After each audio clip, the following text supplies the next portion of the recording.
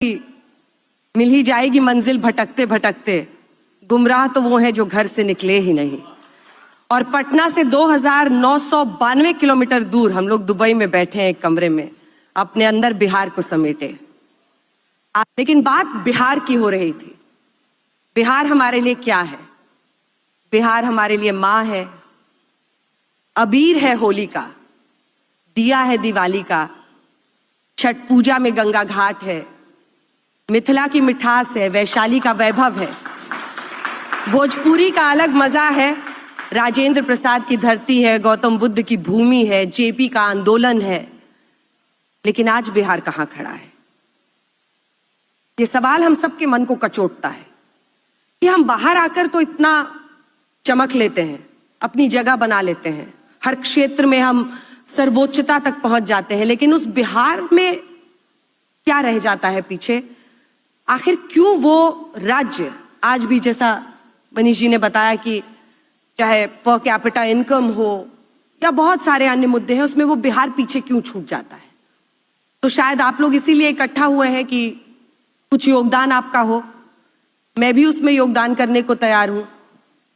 और बिहारी तो वैसे ही अपने आप में बिंदास होता है, लाजवाब होता है, मददगार भी बहुत होता है। अच्छा, 7 घर दूर भी किसी के घर में परेशानी हो तो पहुंच जाएगा मदद करने के लिए। 4 लोग पहुंच जाएंगे और बोलेंगे नहीं हम मदद करेंगे आपकी, बताइए क्या दिक्कत है, हम सुलझाते हैं। तो हम लोगों का एक अलग तरीका है जीने का, हमेशा लोगों को साथ लेकर चलने का। और इसीलिए कहते हैं कि हम हवाओं का रुख बदल रहे हैं, आए दुनिया हमारे साथ चले। एक बात जो मुझे लगता है कि शायद जिस पर हम सबको सोचने की जरूरत है, वो ये है कि जो लोकतांत्रिक व्यवस्था या जो चुनावी व्यवस्था बिहार में रही, क्या वो सिर्फ इसके लिए जिम्मेदार है, या फिर जितना हम सबको करना था उसमें भी कहीं कमी रह गई? क्योंकि ज्यादातर जो लोग काबिल रहते हैं वहां पर व्यवस्था की कमी, इंफ्रास्ट्रक्चर की कमी की वजह से बेहतर अपॉर्चुनिटीज की तलाश में वहां से निकल जाते हैं। लेकिन शायद this is a platform from where we can give back to Bihar. तो इसीलिए मैं इसमें शामिल भी हुई कि जिस तरह से भी मदद मैं कर सकती हूँ या इसका हिस्सा बन सकती हूँ, उसमें मैं जरूर आपके सामने रहूंगी। हाँ, ये बात जरूर है कि जब चुनाव कवर करूंगी तो निष्पक्ष होकर करूंगी, क्योंकि यहाँ आने के बाद मुझे धीरे धीरे लोगों की पॉलिटिकल एफिलिएशंस पता चले। लेकिन उन सब के बावजूद बिहार को लेकर हम सब के दिल में बहुत ईमानदारी है और उसमें कोई शक नहीं कर सकता है। तो अक्सर मेरी आदत ये होती है कि लोग सवाल पूछें और मैं उसका जवाब दूं। तो इसीलिए मैंने निवेदन किया था कि अगर आप लोगों के मन में कोई सवाल है तो आप लोग पूछ सकते हैं।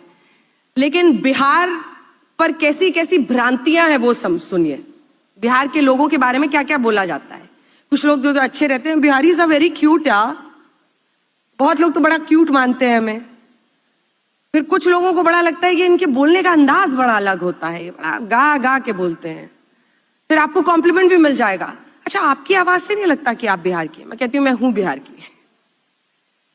फिर बिहार के लोगों के बारे में और भी तरह तरह की भ्रांतियां हैं कि वो दिमाग से नहीं काम करते हैं, या अनकूथ होते हैं, अनसिविक होते हैं। तरह तरह की लोगों ने स्टीरियोटाइप्स फैलाई हुई है, जिसका मुकाबला मैंने भी दिल्ली यूनिवर्सिटी में किया, क्योंकि मेरी कॉलेज की सारी पढ़ाई दिल्ली से ही हुई।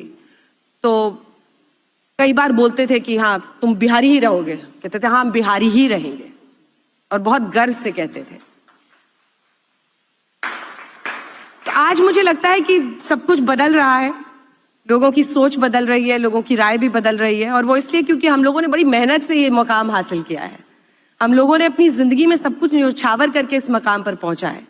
तो आरव जैसे सभी बच्चों से मेरा संदेश यही है, इतना गर्व करो अपने बिहार से होने का, उस मिट्टी का। वो माटी बेशकीमती है। कोई नेता, कोई पिछड़ापन उस माटी की खूबसूरती को हमसे नहीं छीन सकता है।